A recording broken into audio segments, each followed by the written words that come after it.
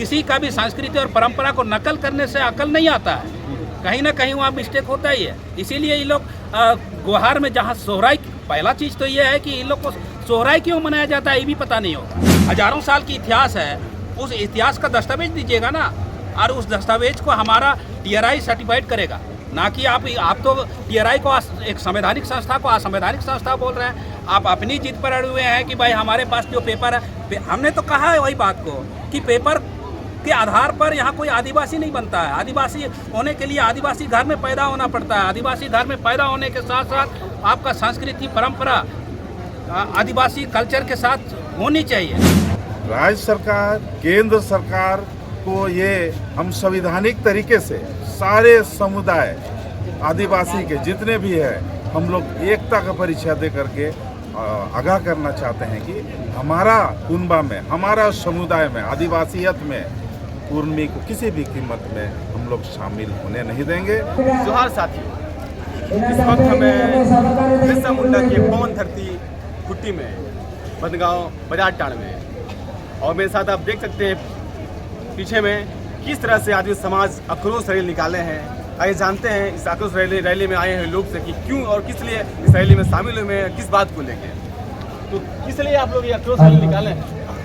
अभी का एक ज्वलंत मुद्दा है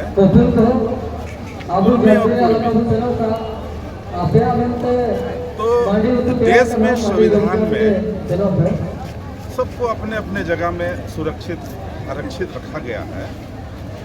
तो हम लोग कुर्मी लोग के विषय में कभी भी हम लोग और अन्य जाति के खिलाफ में कभी नहीं बोले, लेकिन जहाँ अस्तित्व की सवाल है, हमारा कुनबा, हमारा समुदाय में कोई शामिल होना चाहता है तो भाई ये तो एक तरह का ही संवैधानिक बात है कि हमारा समुदाय में कुर्मी कोई भी तौर तरीके या विभिन्न तरह के जो भी मापदंड है आदिवासी का, उसके अनुरूप कहीं पर नहीं है और ना उसका इतिहास रहा है।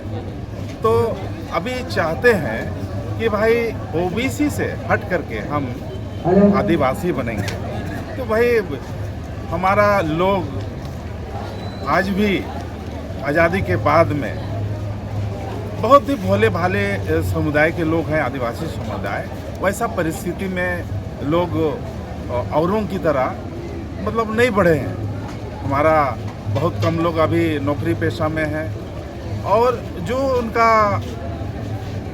अपना खेती किसानी है उसी पे बहुत पे डिपेंड है, और बहुत कोई अभी भी देखिएगा बिजनेस करने के तौर तरीके बस वही दतून पत्तल और रेजा कुली यही सब इनका है। तो भारत सरकार ने जो भी इनको हक और अधिकारें दी है उसमें अभी तक पूर्ण रूपेण हमारा लोगों के बीच में और दूसरे समुदाय के काबिल में हमारा लोग नहीं आ पाया है। और ऐसे परिस्थिति में ये लोग चाहता है कि हम आदिवासी समुदाय में घुसे, तो इनका हम लोग पूर्ण जोर संवैधानिक तरीके से मैंने कड़ा विरोध करते हैं कि राज्य सरकार, केंद्र सरकार को ये हम संवैधानिक तरीके से सारे समुदाय आदिवासी के जितने भी है हम लोग एकता का परिचय दे करके आगाह करना चाहते हैं कि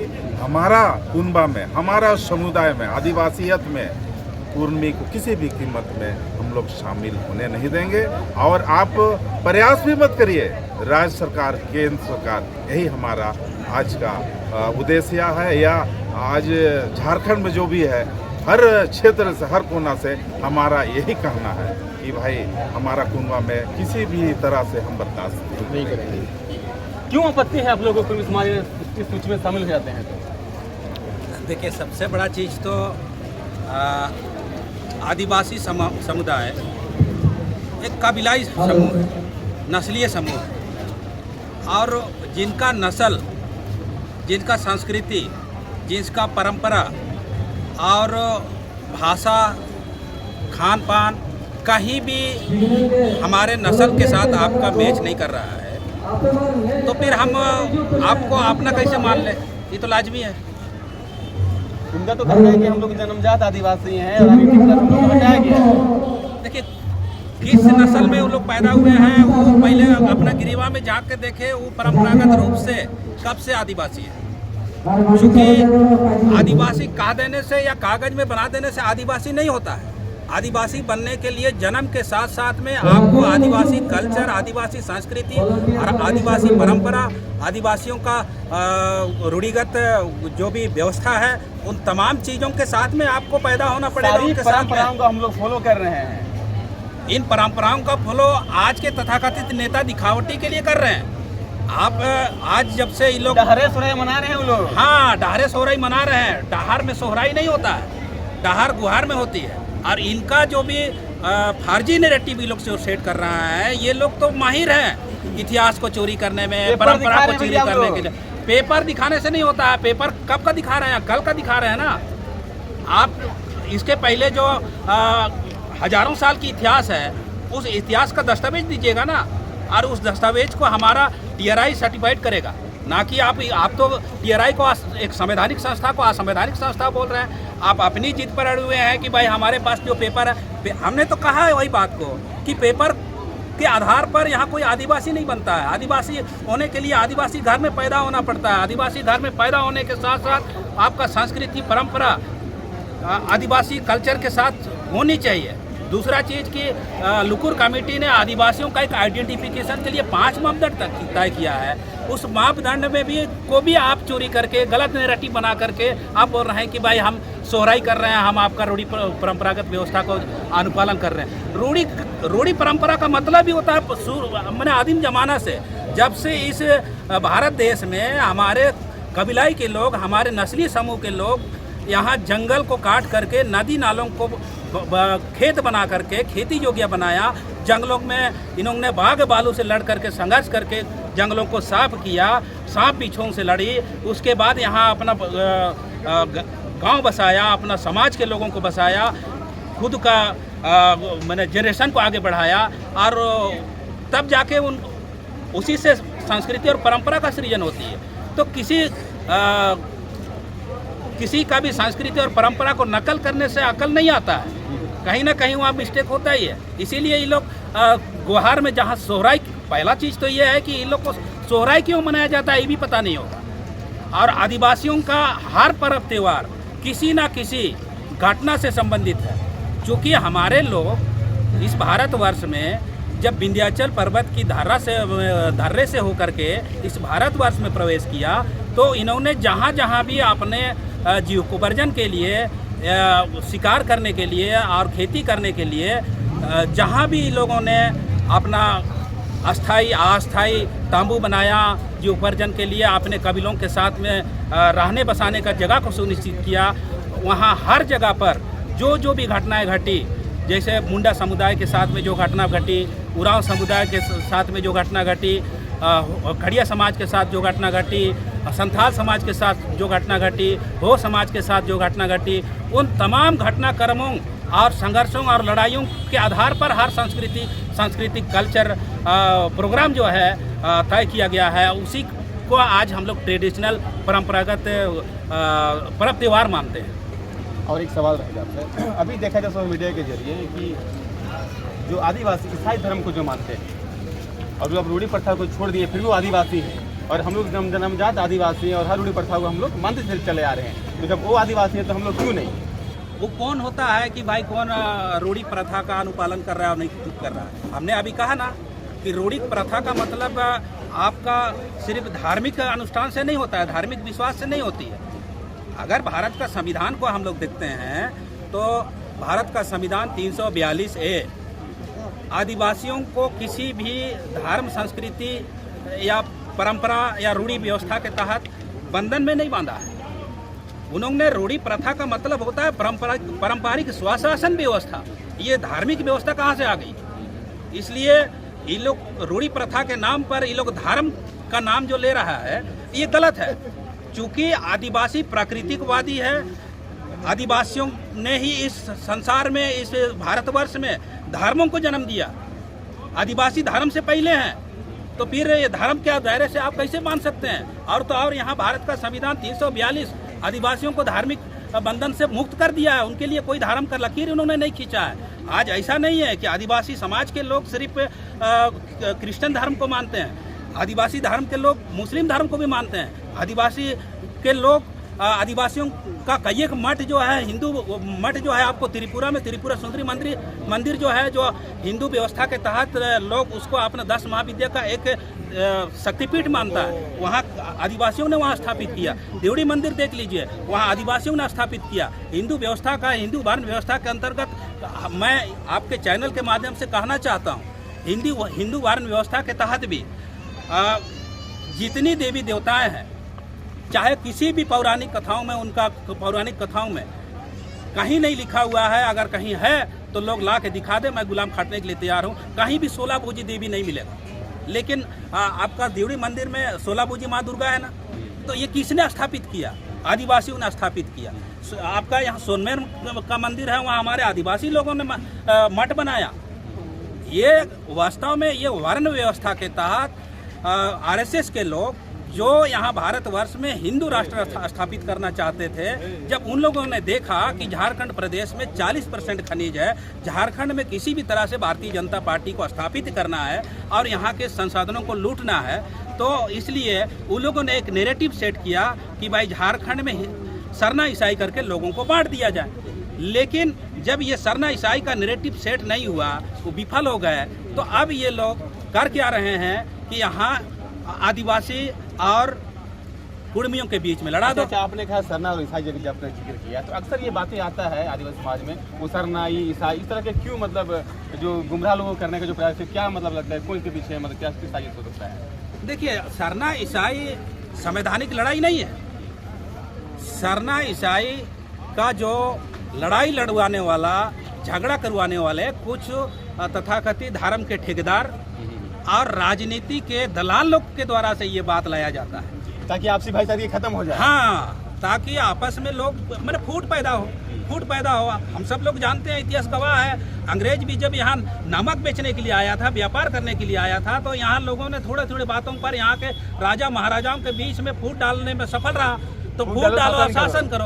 तो यही चीज यहाँ के जो हमारे गोरे अंग्रेज चले गए, लेकिन इस देश के अंदर में जो आरएसएस नामधारी काले अंग्रेज अभी बचे हुए हैं, वो भी चाहते हैं कि यहाँ के जो मूल संसाधन है, जिस पर यहाँ के आदिवासियों का और मूलवासियों का कब्जा है, उनको फूट डाल करके कैसे अलग अलग किया जाए और हम उनके संसाधनों को अपने अधीन में कैप्चर करें। तो आज कुर्मी समाज के लोगों को भी लगता है कि भाई हम लोगों ने पूर्व में भूमिज मुंडाओं का ज़मीन को कैप्चर किया, मुंडाओं के ज़मीन को कैप्चर किया, संथाल के लोगों को का ज़मीन को कैप्चर किया। आपका सिंहभूम में 150 गांव में हतु मुंडा बने हुए हैं लोग, वहाँ मुंडाओं को भगा करके अपना कैप्चर किया। तो उसको लोग उस ब्लैक ज़मीन को वाइट ज़मीन में बदलना चाहता है, ये भी एक मोटो है। दूसरा चीज़ कि ये लोग चाहता है कि भाई झारखंड प्रदेश 5वीं अनुसूची के तहत आता है, टीएससी के द्वारा से आदिवासियों का स्वशासन व्यवस्था और रूढ़िवादी व्यवस्था हैंडल होती है। तो फिर हम जो आदिवासी बन जाएंगे तो हमारा जिस तरह से ब्लैक ज़मीन है वो वैध हो जाएगा। उसके अलावा ग्राम प्रधान जो हम अवैध तरीके से बने हैं वो वैध हो जाएगा। मुखिया में, सरपंच में, विधायक में, संसद में और मुख्यमंत्री तक हम लोग काबिज हो पाएंगे।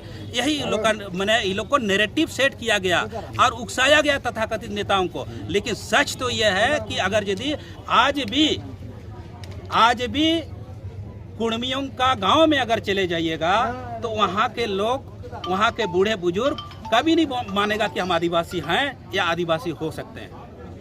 तो इन लोग का जो नैरेटिव सेट करके यहाँ कुछ तथाकथित नेता पूंजीपतियों से फाइनेंस लेकर के अपने आप को लाइमलाइट में लाने के लिए, राजनीति में स्थापित होने के लिए, कोई आदिवासी कहा देगा कि नहीं हम तेली हैं, नहीं हम कुर्मी हैं, कहा देगा?